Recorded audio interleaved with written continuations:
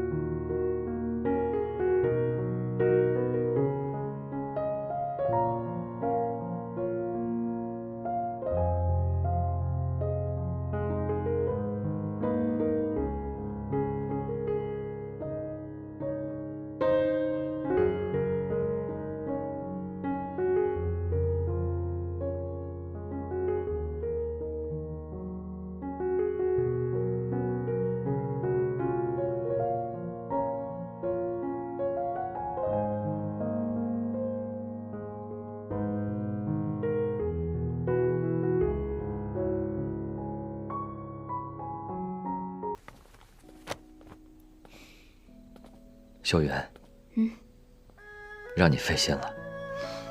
什么话？啊，对了，你等着。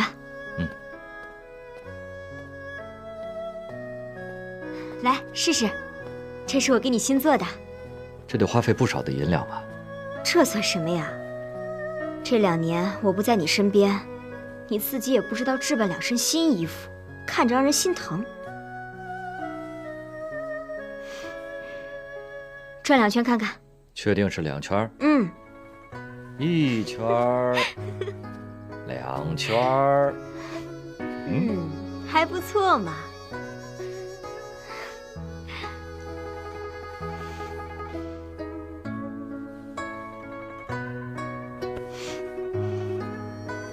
秀媛，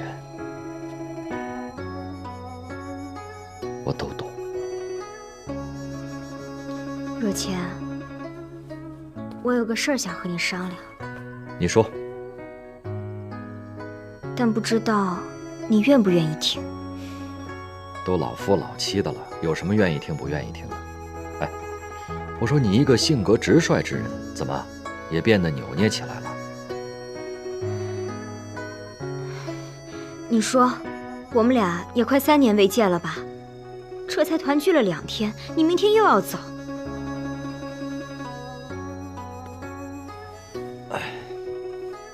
等这仗一打胜，我立刻回来。可是你去那么老远的地方，又是疆场，我不放心啊。我行走江湖这么多年，有什么不放心的呀？哎呦，我不放心就是不放心。说吧，你到底想做什么呀？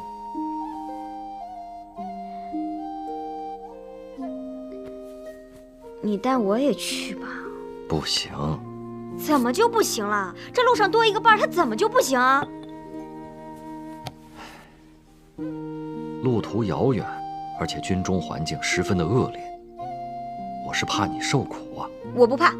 哎，袁将军他还颁布了一条军规，不得任何女子步入军营，否则格杀勿论。那你徒弟不是女的吗？我不是跟你说过吗？她是女扮男装。那我也女扮男装。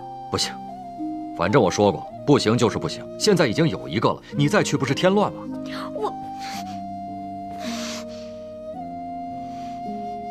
秀云，秀云，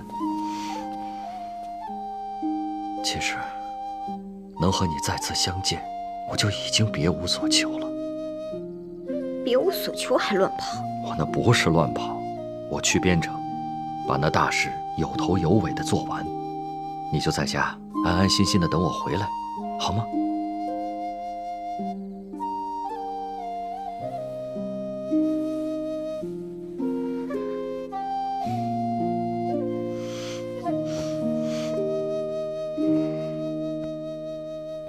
爹娘，齐，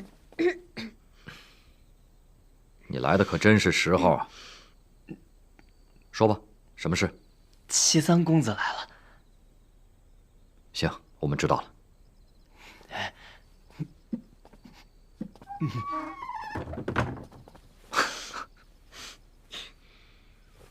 得知师傅明日就要启程，徒儿特地前来倾听教诲。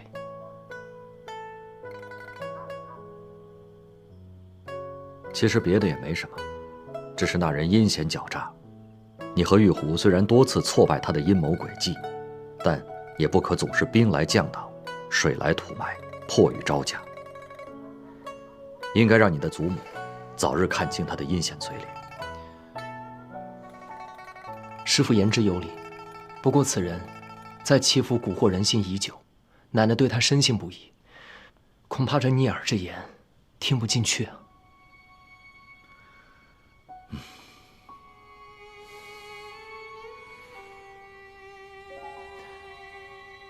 师傅，徒儿突然想到一计，我想让奶奶尽快知晓柯世昭在寂静堂父母身上犯下的恶行，怎么样？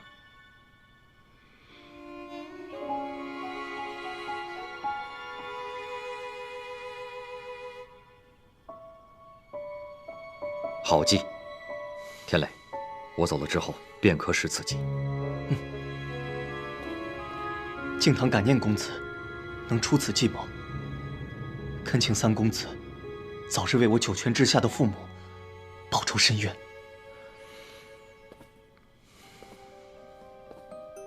敬堂兄弟，此仇不是不报，时候未到，但一定会有那一天的。多谢三公子，快请起，不必多礼了。师傅，那你明日启程一定要小心谨慎，我和玉虎就先回去了。师傅，一定要多保重。好，保重，早点回去休息吧。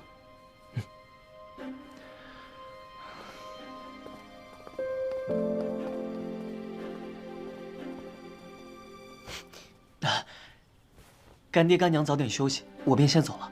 你也早点休息。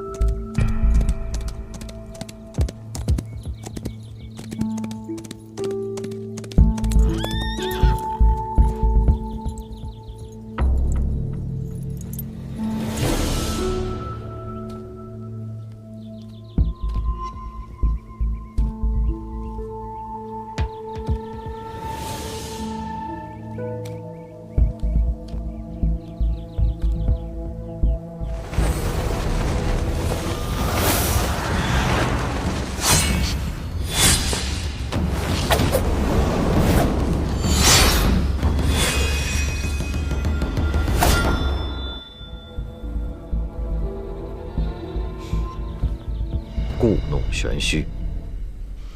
你怎么认出我的？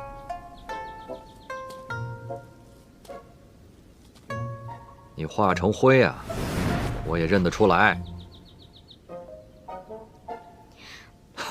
不好玩，本来人家就是想让你试试我的功夫长进了没，这么早把人认出来，没意思。我早就知道你一直跟着我呢。怎么，真的要跟我一起去边城呢？那当然了，我从不说二话。可人家军营中有规定，不许女子入内。那我不住军营，我们到军营旁边找个房子住。那是军营，旁边哪有房子呀？反正我不管，你上哪我就上哪。我是真拿你没办法呀。你答应我去啦？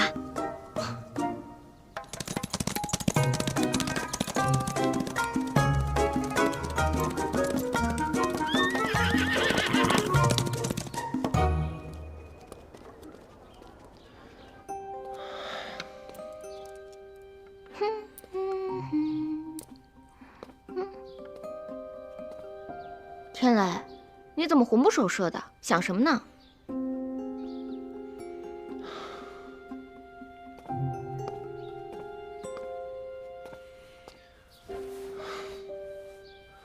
虽然师傅也赞同我们的计策，用这个方法，不仅可以让奶奶知道寂静堂一家被陷害之事，也能让她知道柯世昭的真实为人。那有什么好顾虑的？但是揭穿此人，又谈何容易呢？你是怕奶奶不相信你？奶奶自然是更相信他了。为什么呀？奶奶年轻时喜欢养兔子，最宠爱的那一只脖子前有一撮红毛，后来得病死掉了，奶奶伤心不已。偏巧，远在江浙的姑母足月生辰，诞下一名男孩，这名男孩的脖子前竟然也有一块红色胎记。奶奶听闻之后，便以为是玉兔转世，亲自前往江州查探，之后便倍加宠爱。此人就是与我大哥同年生辰的柯世昭。竟然有如此巧合之事。这个柯世昭极会笼络人心，整个齐府上上下下，除了我母亲、雅妹之外，所有人都认为他好。你觉得，要是我们没有掌握他的铁证，奶奶会相信我们说的话吗？有道理。所以此计还需周密行事，最好是能够支开柯世昭，单独向奶奶汇报，免得节外生枝。唉，要是他不在府上就好了。对呀，奶奶一直想收回一家外地的商铺，我可以在奶奶耳边吹吹风，让她派柯世昭去速速多办此事。就这么办。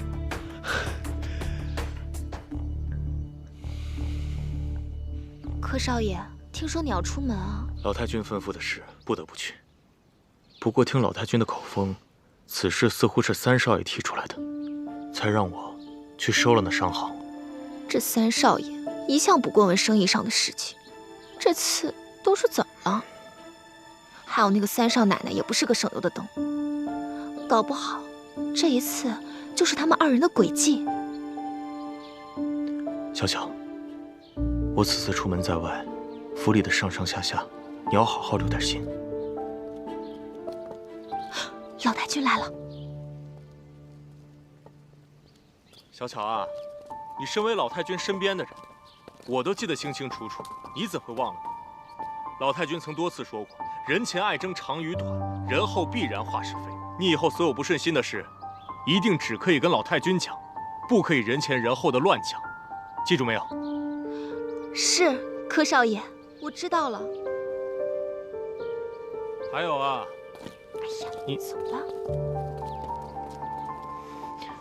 还有，我走之后，这府里的上上下下一定要多留点人盯着，还有三少爷那边也要留点心。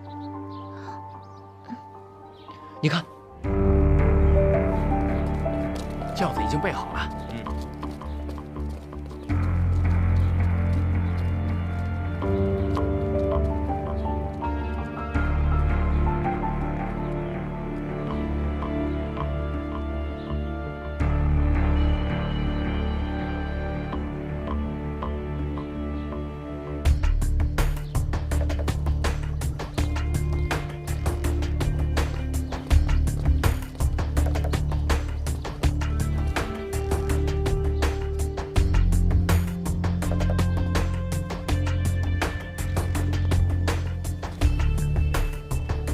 少爷您的包袱。来，起轿，走了。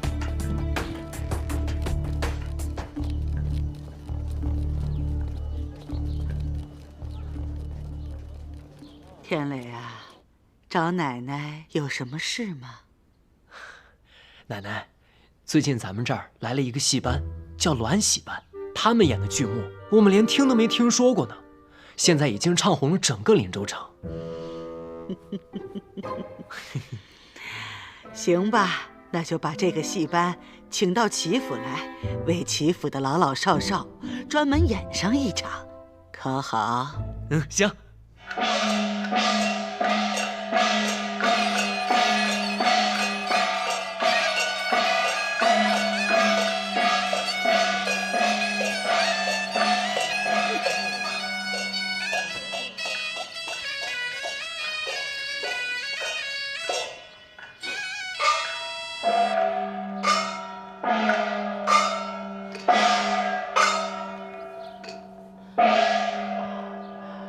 二老爹娘在此休息片刻，待去早晚随来。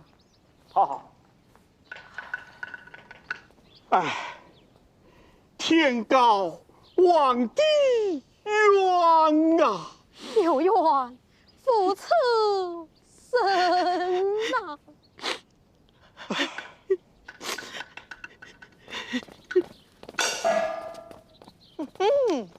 你们逃得出江东，却逃不出我的手掌。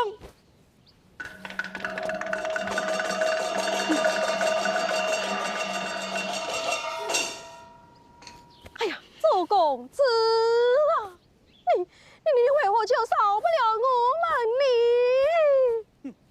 阴曹地府，将你去吧！上。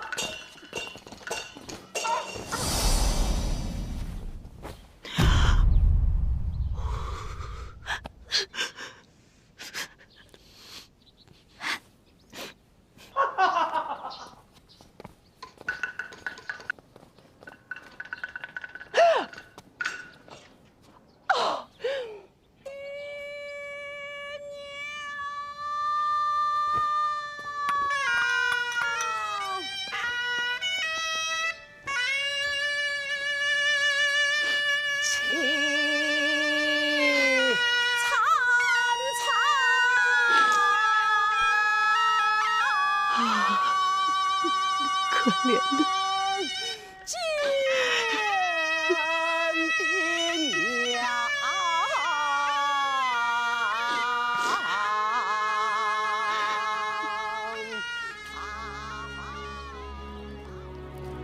哎呀，好了，奶奶，您别哭了，这哭坏了身子可不好。奶奶，您觉得这出戏如何？这个戏是不错，就是太苦了点儿。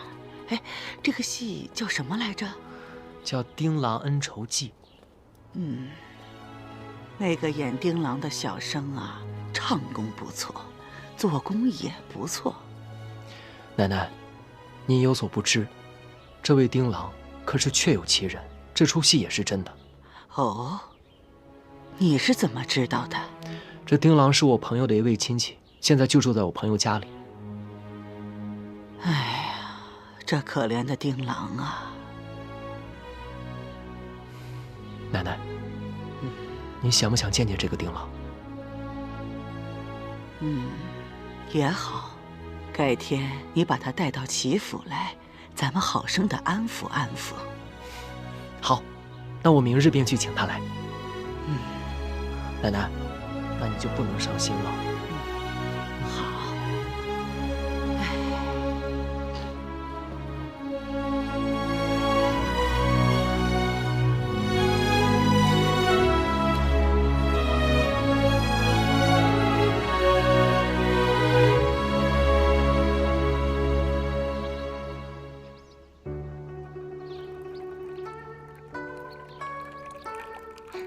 奶奶，我新寻得了好茶，一会儿让小巧姐跟着小喜去取。小巧姐烹茶的手艺，您是最满意了。等泡好茶，给您好好尝尝。好，行。小巧姐，随我来吧。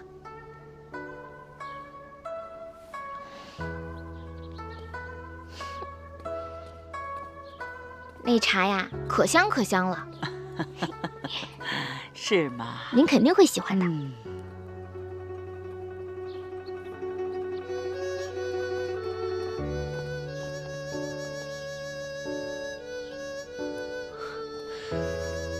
奶奶，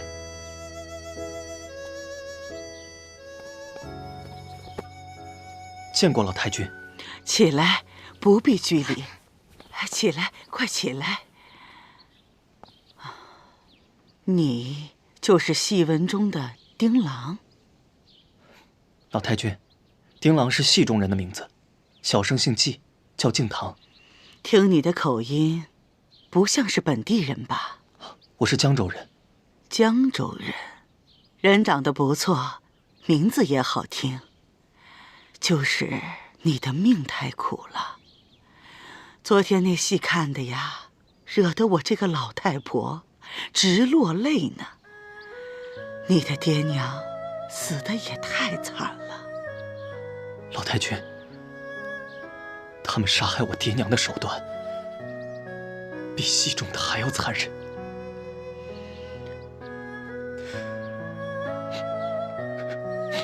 别难过，别难过了。既然如此，那我就问问你，为什么不把真实的情况写到戏里，让大家都知道呢？戏班班主怕惹祸，只能真真假假、虚虚实实。况且我爹的冤屈，也不是一场戏可以说明的。戏说不明白，嘴能说明白吧？老太君，那戏里的周世彪是借刀杀人，可那江州的周世彪是用毒计害人，心狠，手更辣。他们为什么要缠着你家呢？江州城东有一恶霸，恶贯满盈，坏事做尽，而他的儿子周世彪，跟他比起来是有过之而无不及，人称玉面郎君。我们家在城西经营着一家药馆，本来与他们周家毫无瓜葛，可万万没想到，还是被那恶人盯上了。那他们有何图谋？他们看上了我们季家的药馆，那是块生意兴隆的风水宝地。起初，只是派人出价收购，我爹爹一口回绝了。后来他心有不甘，便想出了一条丧尽天良的毒计。毒计？什么毒计？奶奶，您先别急，听他慢慢说。好，你慢慢说。那恶人周世彪一心想要我家的地，但是又不能从城东到城西去强抢，于是便挖空心思的陷害我家。直到有一天，他在江州的大街上东游西逛，看到了一对乞丐母子坐在街头乞讨，心中突然冒出一个毒计。他别有用心地走到乞丐母子面前，说这乞丐母子的样貌像是他家一个什么远亲。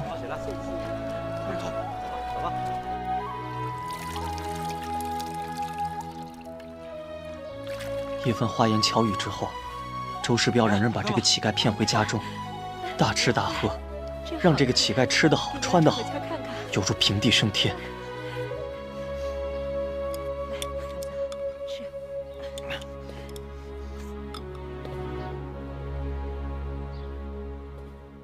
如此，他也就乐得跟在周世彪身后收租讨债，狐假虎威，当了一个衣来伸手、饭来张口的甩手公子。这个乞丐在周世彪家中一住就是半年。有一天，这个乞丐公子偶然得了小病，周世彪便请了个郎中给乞丐把脉瞧病，开了药方。乞丐公子便拿着这张药方到我家的药店去抓药。为人朴实的爹爹，万万也没有想到其中有鬼。他按照药方抓了药，给了这个乞丐公子。公子，你拿好。谢谢少爷。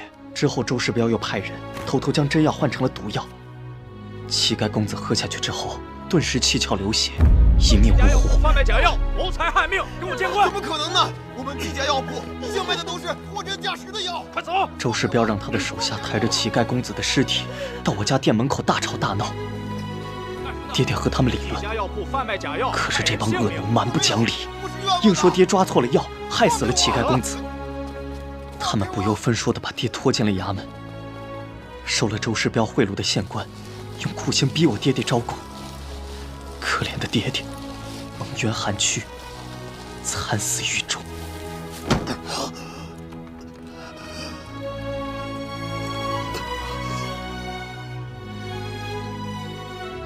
这个恶人丧尽天良，用无辜乞丐的性命嫁祸你家药铺，谋财害命。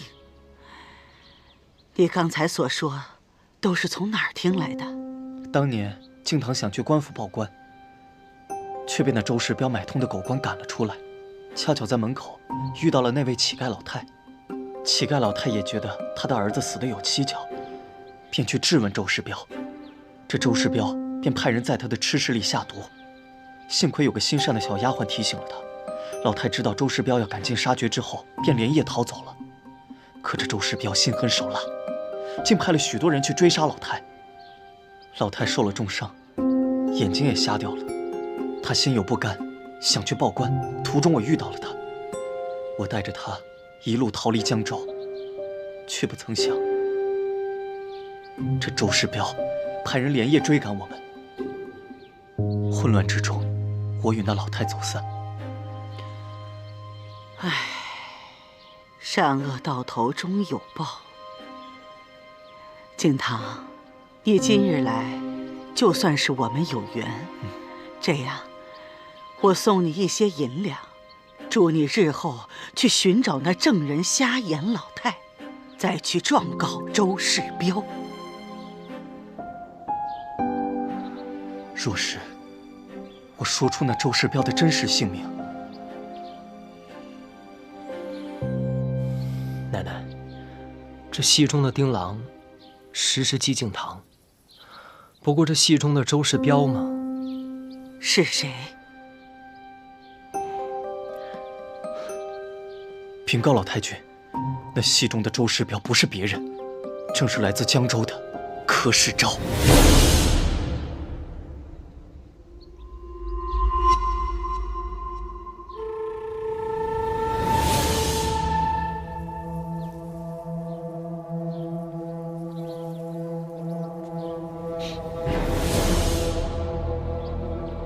你究竟是何人？我是江州季家药馆掌柜之子季敬堂，那柯世昭害得我家破人亡，请老太君替我做主，我说的话句句属实。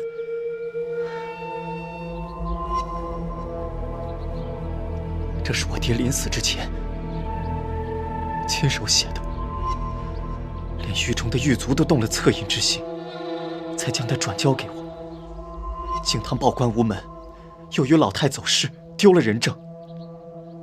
听闻齐老太君您有仁爱之心，又慈善公正，定不能让那柯世昭毁了您齐家的名声啊！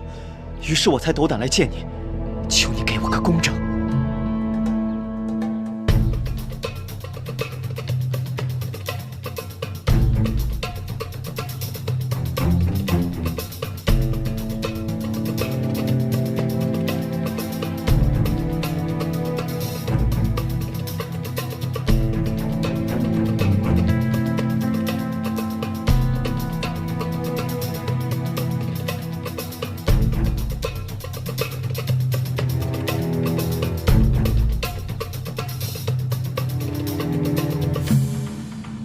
原来他是来告世昭状的。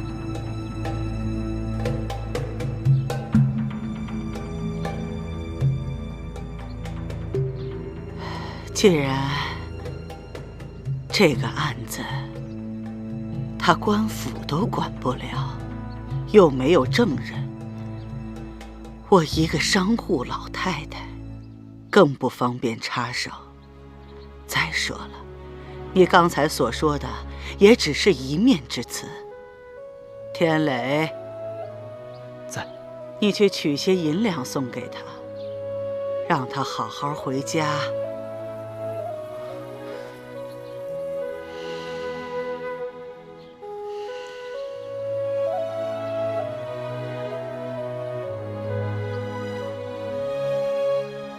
是。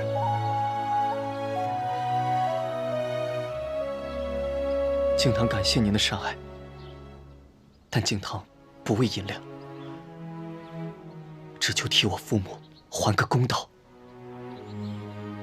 祝老太君福寿康宁，敬堂就先告辞了。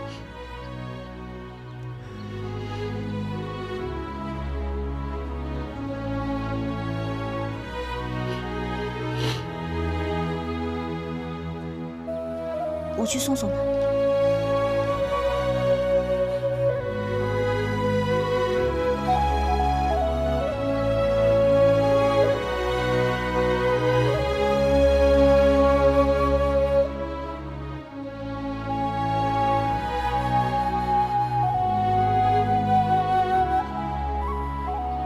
天雷，你是怎么认识那孩子的？有一天，他在咱们齐府大门口吵嚷，说着要见你，让您替他做主，结果引来了王胡子等人，将他暴打一顿。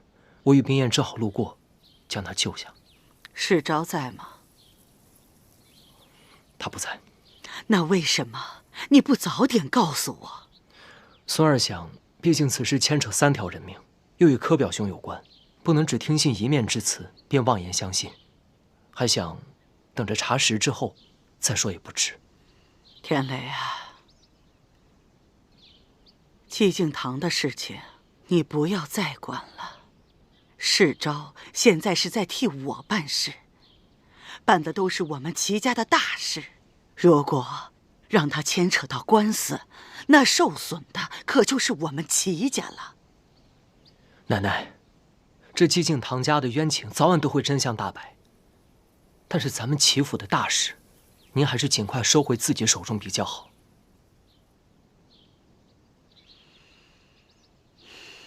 奶奶，这传说不可能空穴来风。这江州，我看也是个多事之地，会不会是因为柯表兄常驻江州，沾染了一些江州不好的风气，把厄运带给了咱们齐家呢？你不要胡说。孙儿没有胡说。若是咱们齐府没有厄运，为什么我的大哥会不明不白的一觉睡死？又为什么我的二哥会莫名其妙的被毒蛇咬死？为什么我的燕氏小妹会在一夜之间变成了哑巴？为什么齐府上上下下会说我齐三公子活不过25岁呢？天雷，你不要再说了。奶奶，孙儿不是要吓唬你，是咱们齐府当真有邪气啊！你不要再说了。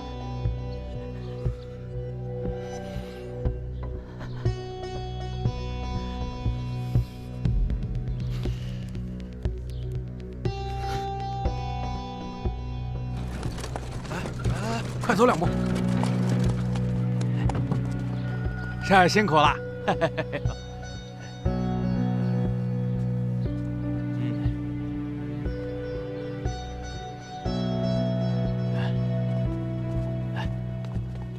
快点，少爷请。把药拿到后面去。少爷您慢点啊。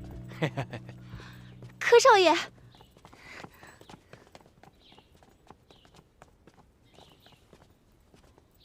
柯少爷，你总算回来了。回来了。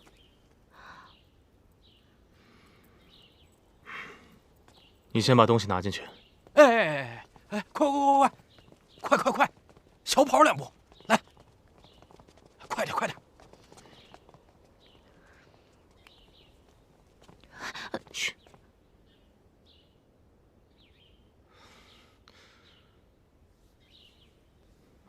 小巧。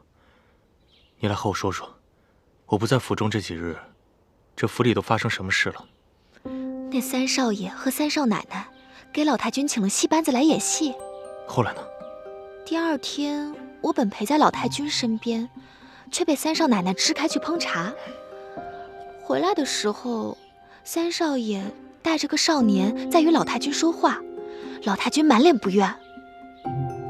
小巧，你可有看清这少年长何模样？被三少奶奶带着匆匆的走了，我站得又远，看不清楚。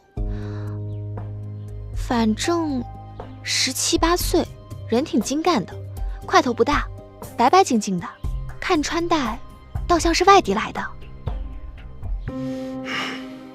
小巧啊，你为什么不好好盯着他们呀？我怕被三少奶奶看见，她鬼着呢。打死他！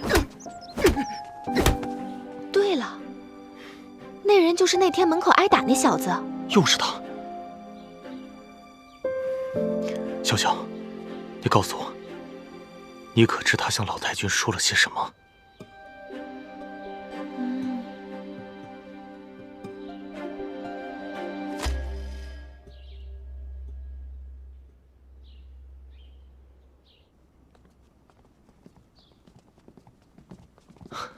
外祖母，世昭拜见外祖母。世昭，你回来了啊，回来了。来，把东西放过去。哎，外祖母，外祖母，您看看，这些都是我精心挑选给您带的礼物。又带了这么多东西。外祖母，您慢点儿。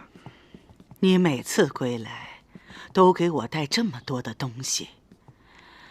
唉，我一个老太婆，能吃多少，能用多少啊？以后啊，就别花这个钱了。外祖母，这些事您不必介怀，以后啊，世昭都听您的便是了。还有，各方亲戚，不要再送什么土特产。今天呢，这2罐茶叶我收下，其他的你帮我送到江州